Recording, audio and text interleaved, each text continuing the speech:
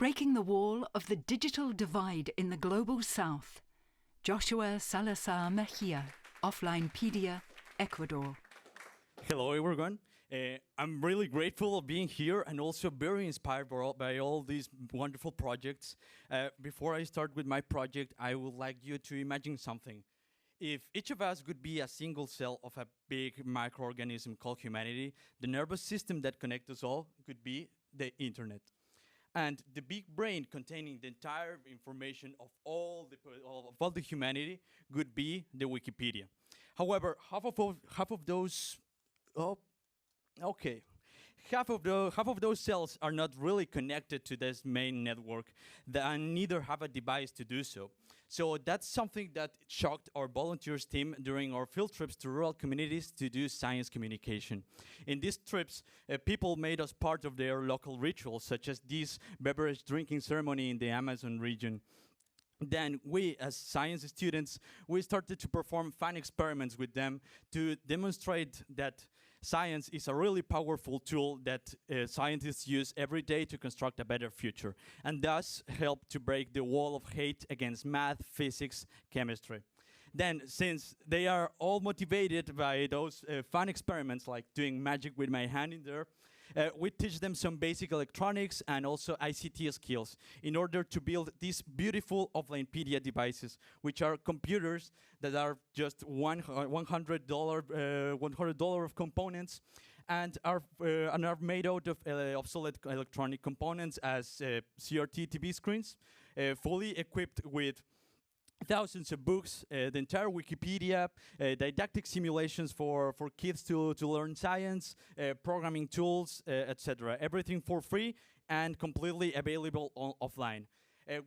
Something that I really love of this project is the passion of the team. As you can see in here, I don't think that it's clearly seen.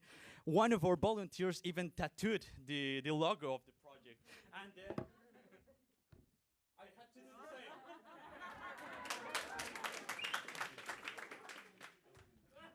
Because we love this idea, and we have the belief that it can really change the world. So we built also a nice recipe in which you can check it out in Wikibooks and grab the list, check out the ingredients, and cook your own OfflinePedia device. In Ecuador, where the project was born, the project has been replicated 15 times with the help of Yachitec University students and directly benefiting more than 1,500 people around Ecuador. Currently, it's getting replicated by some university volunteers in Mexico, and we're giving right now some technical support to some friends in Benin, Africa. We have to believe that this project has the potential to become a universal solution for cheap computer construction, and in this way help to save a lot of electronic waste, educate, and reduce inequalities at the same time. Founding this project and traveling to those faraway places has been a life-changing experience, where one can learn a lot of the resilience and also the willingness to learn of those communities. For example, in this picture, there is Jocelyn and Erica, some girls from an indigenous community that had to climb up to the top of this hill to get just some phone signal to send pictures of their homework during the pandemic using a neighbor's phone. Or like Nelson, he was so smart. He's an old farmer from that indigenous community who had way more experience in doing electronics than all of our engineering students volunteers together. It was so amazing that even despite the fact that he didn't finish basic school, he had its entire home fully automated with motion sensors, sound sensors to turn on and off lights, to turn on his radio and stuff like that. Then later, he started to help us to teach the children how to build OfflinePedia devices. But definitely the most important lesson that I learned from these experiences is that we as science communicators, the amount of knowledge that we want to transmit to those communities is really minuscule compared to the amount of knowledge and nice experiences one can learn. Thank you very much.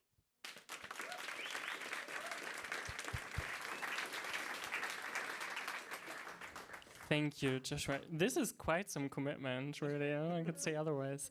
There's a question in the audience. And Johannes getting there. How do you deal with the copyright issues? Well, since we all use free software and free hardware, everything is open source, so there's no problem for just copying us. So the thing is that we want everyone to copy this project and replicate it everywhere. And Kari. Thanks so much, Joshua. Quick question. What has come out of giving these communities and children access to this OfflinePedia? What has come out of that?